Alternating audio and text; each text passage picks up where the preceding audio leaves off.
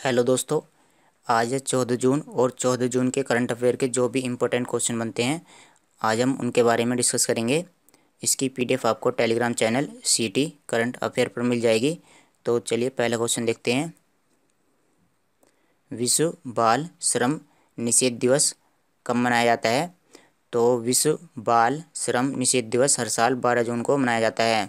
तो इसका उद्देश्य क्या होता है? इसका उद्देश्य होता है कि जो बालक हैं वो श्रम ना करें, यानी ये जो बालक हैं वो कारखानों में कार्य ना करें। और इस दिवस की शुरुआत किसने की थी? इस दिवस की शुरुआत ILO यानी इंटरनेशनल लेबर ऑर्गेनाइजेशन ने की थी। इस दिवस की शुरुआत 2002 में की गई थी। और इस दिवस का जो मुख्य उद्देश्य होता है वो यही होता है कि जो बालक हैं वो कारखानों में कार्य ना करें। चलिए अंतर्राष्ट्रीय श्रम संगठन यानी इंटरनेशनल लेबर ऑर्गेनाइजेशन के बारे में जान लेते हैं। तो इसकी स्थापना 1919 में हुई थी और इसका मुख्यालय जिनेवा स्विट्जरलैंड में स्थित है। इसके महानिदेशक कौन है? इसके महानिदेशक हैं गाय राइडर। ग्लोबल स्किल रिपोर्ट 2021 में भारत कौन से स्थान पर है? तो ग्लोबल स्किल रिपोर्ट 2021 में भारत 67वें स्थान पर है। यह रिपोर्ट किसके द्वारा जारी की गई है? यह रिपोर्ट कोर्सेरा के द्वारा जारी की गई है।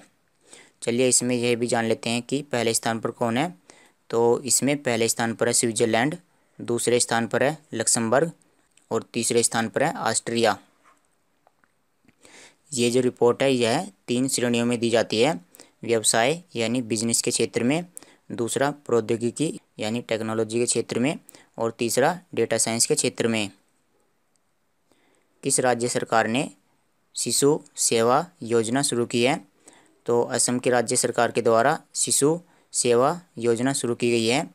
तो इस योजना के तहत क्या किया जाएगा? इस योजना के तहत जो बच्चे कोविड-19 की वजह से अनाथ हो गए हैं तो उनको वित्तीय सहायता प्रदान की जाएगी। उन बच्चों को 7,81,200 रुपये, ये जो इतने रुपए हैं ये उनके सऊदी जमा खाते में जमा कर दिए जाएंगे और इसी से 3500 रुपये प्रति माह उन बच्चों को प्रदान भी किए जाएंगे। तो ये जो 3500 रुपये हैं ये सऊदी जमा से ही निकाल करके उनको प्रदान किए जाएंगे। और इस योजना का जो लाभ है बच्चे 24 साल तक की उम्र तक लाभ उठा सकते हैं। इंडियन ग्रैंड प्रिक्स 4 की मेज़बानी कौन करेगा? तो इसकी मेज़बानी पटियाला करेगा। ये जो इंडियन ग्रैंड प्रिक्स 4 है यह किस लिए किए जा रहे हैं? ये इसलिए किए जा रहे हैं क्योंकि अभी टोक्यो ओलंपिक्स होने वाला है। तो टोक्यो ओलंपिक्स में कौन कौन खिलाड़ी भाग लेने वाले हैं तो उसका पता कौन करेगा? उसका पता इंडियन ग्रैंड प्रिक्स करेगा। यानी जो खिलाड़ी इंडियन ग्रैंड प्रिक्स क्वालिफाई करेंगे वो ही टोक्यो ओलंपिक्स खेलेंगे। मंगोलिया के राष्ट्रपति कौन बने हैं? तो मंगोलिया के राष्ट्रपति बने हैं ऊखना खुरेलसुख।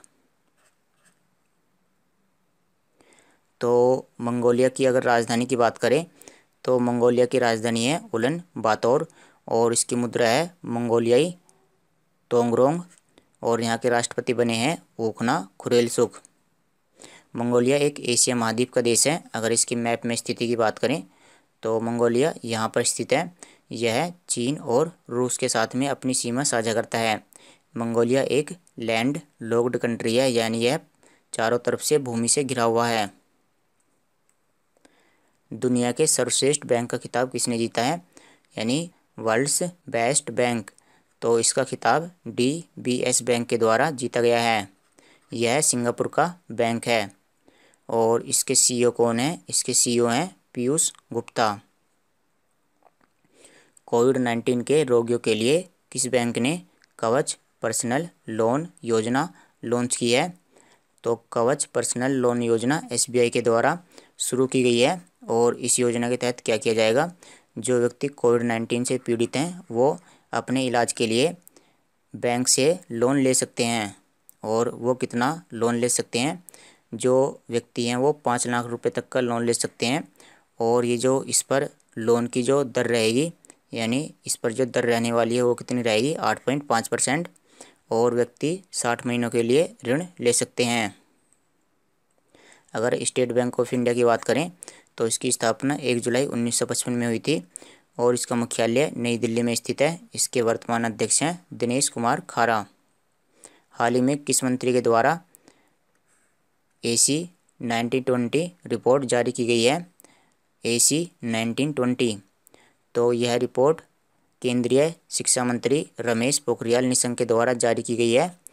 तो इस रिपोर्ट के बारे में जान लेते हैं। AC तो इसकी फुल फॉर्म क्या है? इसकी फुल फॉर्म है all India survey on higher education. तो जो हायर एजुकेशन है यानी जो 12वीं के बाद की जो एजुकेशन है उस पर सर्वे किया गया है। तो इस सर्वे में जो आंकड़े मिले हैं उनके बारे में भी जान लेते हैं।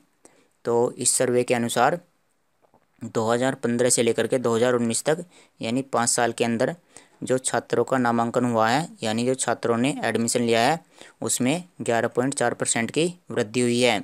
अगर हम महिला नामांकन की बात करें तो उसमें भी 18.2% की वृद्धि हुई है।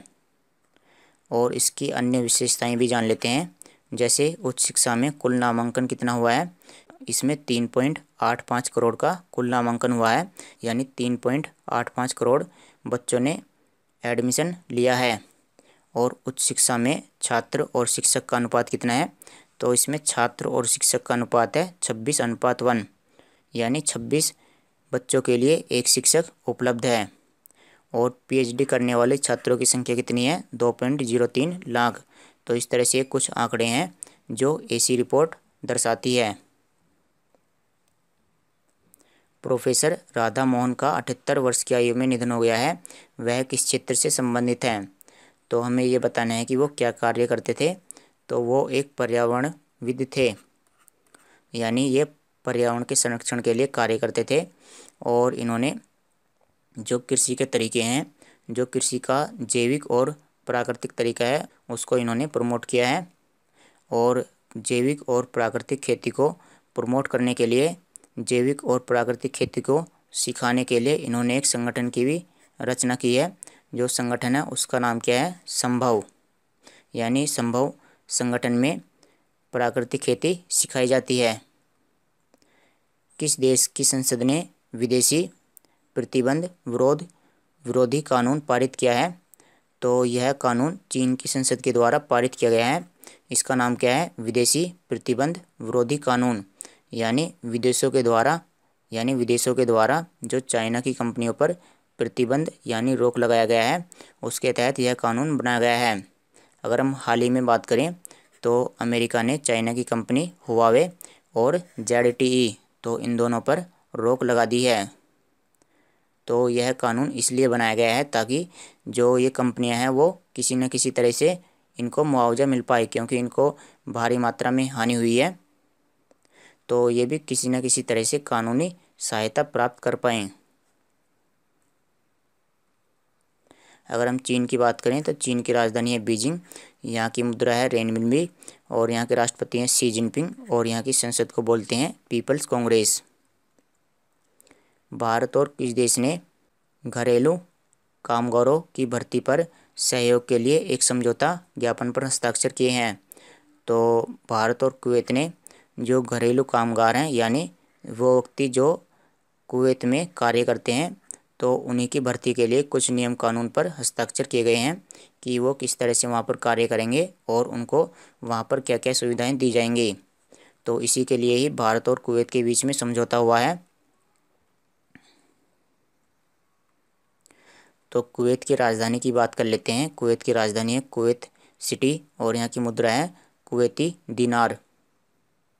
चलिए अगर हम लोकेशन की बात करें तो कुवैत जो है एशिया महाद्वीप में स्थित है। तो आप यहाँ पर देखिए, यहाँ पर यह है कुवैत और यह किसके साथ में अपनी सीमा साझा करता है? यह यहाँ पर ये जो पिंक कलर से है सऊदी अरेबिया, यानी यह सऊदी अरब के साथ अपनी बाउंड्री साझा करता है। ऊपर की तरफ यह है इराक के साथ और यहाँ पर ये पर्शियन गल्फ यानी फारस की खाड़ी के साथ अपनी सीमा साझा करता है। यहाँ पर मुख्य देश कौन कौन से हैं? यहाँ पर देखिए, ये तो है कुवैत, ये है बहरीन, यहाँ पर ये है कतर और ये है UAE। उसके नीचे है ओमान, यहाँ पर ये यमन और इसके यहाँ पर है सऊदी अरेबिया। संयुक्त राष्ट्र महासभा के सेफ डे कैबिनेट कौन बने हैं? तो सेफ डे कैबिनेट तो इसके सेफ डे कैबिनेट बने हैं के नागराज नायडू, जो भारतीय हैं, तो इनका नाम आपको याद ही होना चाहिए। तो हाल ही में संयुक्त राष्ट्र महासभा के अध्यक्ष बने थे और उनका नाम क्या है? संयुक्त राष्ट्र महासभा के अध्यक्ष का नाम है अब्दुल्ला शहीद। तो ये जो के नागराज नायडू हैं, इनकी नियुक्ति अब्दुल्ला शहीद के द्वारा ही की गई है। तो संयुक्त राष्ट्र महासभा की बात करें तो इसका मुख्यालय न्यूयॉर्क में स्थित है। और यह, जैसे अगर हम यूएन की बात करें यानी यूनाइटेड नेशन की बात करें, तो इसके 6 अंग होते हैं। इसके कितने अंग हैं? इसके 6 अंग हैं। और ये जो यूनाइटेड नेशंस जनरल असेंबली है, यह भी इसका एक अंग है। तो चलिए दोस्तों, आज की वीडियो में इतना ही। इसकी पीडीएफ आपको Telegram channel CT current affair पर मिल जाएगी। Thanks for watching the video. कल मिलते हैं आपसे।